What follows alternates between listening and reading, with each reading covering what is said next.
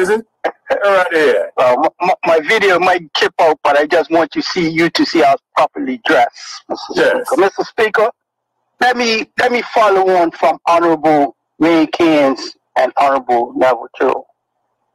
I applaud MP Keynes for doing what he has to do, not as a politician, not as a CEO,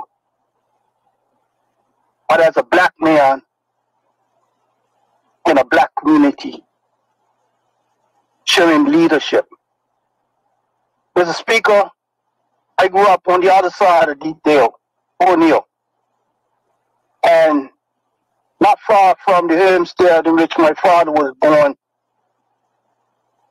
5 minutes drive either way, I could count at least 10 different murder spots where a young man younger than me have been murdered. And some of the men are from the community, and some of the men were not from the community. But irrespective, Bermuda is one community. And often it's said that politicians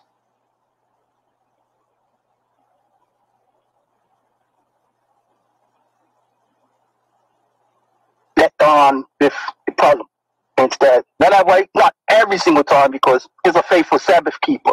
But many times when I call him to come out and help me with some of these young men, doing some community cleanups, to be proactive in engaging with him, is right there by my side. 2 of these young men come from Deepdale. They come from Devonshire, but they live in Deepdale. And 2 of these young men are, how can I say it, always excited to see MP Keynes, because he sits down with them and he keeps it real with the challenges we face as black men in this country. Moving on to MP Turo. I'm ashamed that he had to experience that.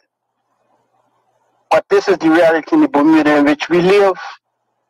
And all we can do is be kind to each other, whether it's being in this house or taking young men under our wings, as he has done with me, and showing us the way, Mr. Speaker.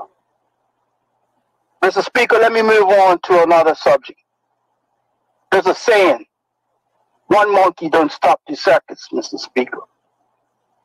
Mr. Speaker, I sat down for the last year and watched endless questions be asked. What's up with Fairmont, Southampton? When is this deal going to close? We know it's important to the economy. But it's the civic groups, business groups, unionized groups have all made it crystal clear how important this is to the economy. Not just the economy as a macro, but it's important to get our people, our black Bermudian men, back to work. Mr. Speaker, it's not often that the OBA, the BIU, PLP, the BTA, and other entities are on the exact same page. And we've watched over the last 2 weeks where each one of those entities have put out statements saying how important it is to get Fairmont Southampton deal up and running. Today, the Honorable Premier brought a statement to the House to say that we are at the end of the beginning. The stage has been set for the construction to start and for the hotel to reopen, Mr. Speaker. Along the way, hundreds of people will be working. I understand somebody who has 30 years of financial having due diligence or need for due diligence. I understand. We all understand the country is in a precarious position because of failed. Let me repeat that word. Failed guaranteed by the OBA, Mr. Speaker. But I also understand there's nearly 1,000 people out of work who worked at Fairmont Southampton. Us keep telling them, well, we're waiting for some more due diligence. That doesn't put food on the table, Mr. Speaker. The construction industry needs a boat. This will do it, Mr. Speaker. And I'm quite sure the Honorable Premier, being the meticulous person that he is, will dot every T. Sorry, cross every T and dot every I. So I say to those who are on the sidelines chirping, one monkey does not stop the circus, Mr. Speaker.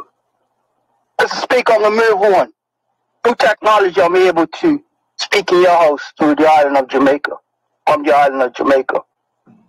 Mr. Speaker, a few days ago, people who happened to Cold Royal happened to be in Jamaica. And they got up in a big speech saying, oh, slavery was abhorrent, whatever the word is. Slavery was bad. I wish it never happened. Now it's time to move on. Mr. Speaker, that person follows the trait of the father who said the same thing a few months ago in Barbados. And that father followed the trait of his Prime Minister, David Cameron, former Prime Minister, who said the same thing in 2015. The irony, Mr. Speaker, is that the children of those who were enslaved will never see a dime from the British government, will never see a dime from the French government, will never see a dime from the Spanish government, and they'll never see a dime from the Dutch government. But guess what, Mr. Speaker? People in Ukraine who are fleeing another dictator are now getting a lot of money from those same countries. What's the distinct difference, Mr. Speaker?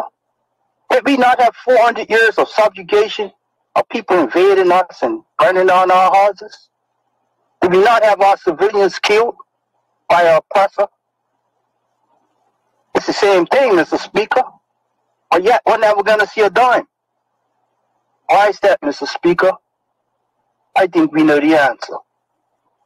Mr. Speaker, I'm going to close here and say to the Honorable House, both sides, thank you for supporting the Fairmont Southampton Princess, because 800 workers are going to be employed and one monkey cannot stop the show. Thank you, Mr. Speaker. Thank you, member. Does any other honorable member wish to make a contribution?